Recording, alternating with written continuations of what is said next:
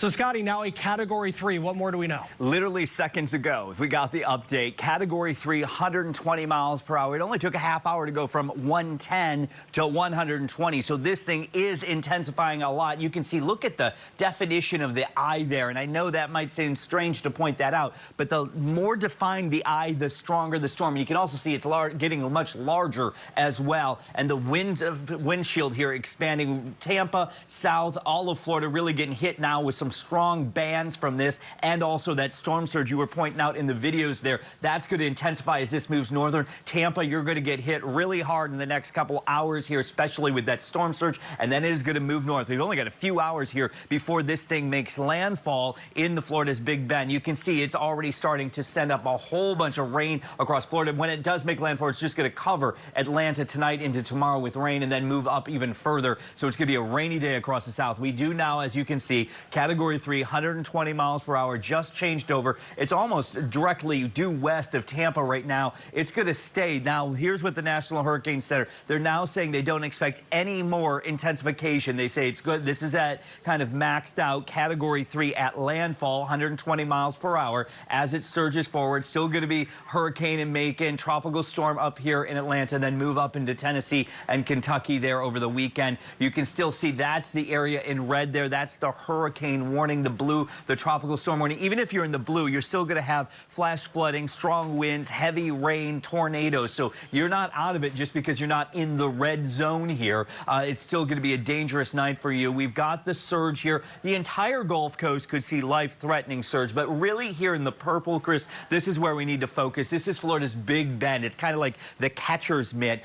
There's a lot of swampland here, but there's a lot of small towns and villages as well. So when from this area all the way over to Swanee, the Swanee River here, you're going to get 15 to 20 feet of storm surge, and that, according to the National Hurricane Center, not my words, they're not survivable. So you must be out of this area right now, because that surge is not going to happen at 8 o'clock. It's going to start ramping up right now, and it's going to build and build and build all the way till 8 o'clock and then past it. So you need to get out of that area. The flooding, also the big threat, the purple area there, that is also our extreme life-threatening area. But all of Atlanta, most of Georgia, North Carolina, this is unusually dangerous flooding that we're going to experience over the next 24 hours as this storm really moves through. And this is the part where it's extreme. Tallahassee up to Alabama, and then from the Atlanta area all the way up to Asheville and just past it. That's where we're going to have that very life-threatening flooding, and then also some mudslides in the southern Appalachians. We're seeing a lot of tornadoes here. You can see that spinning there.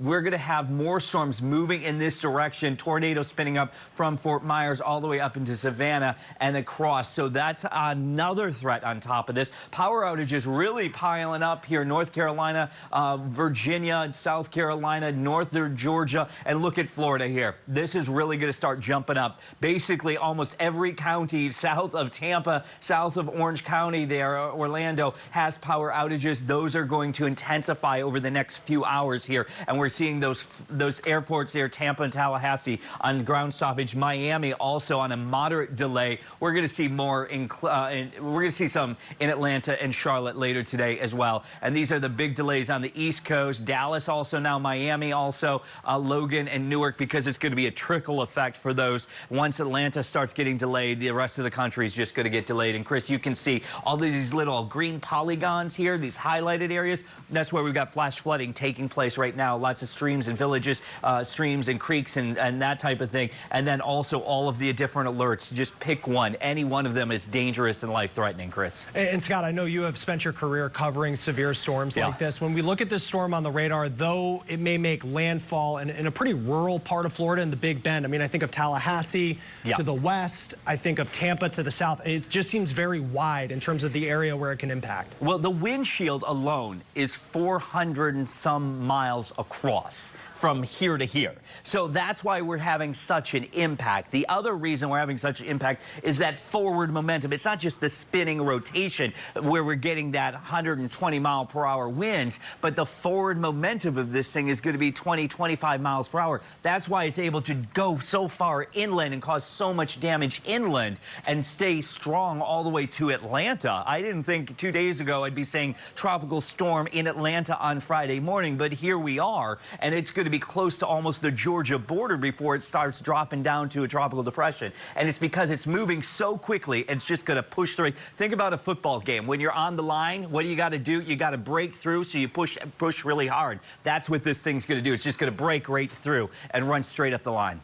All right. Senior meteorologist Scott Withers for us live in our Atlanta newsroom. We'll continue following this throughout the day, Scotty. Thank you.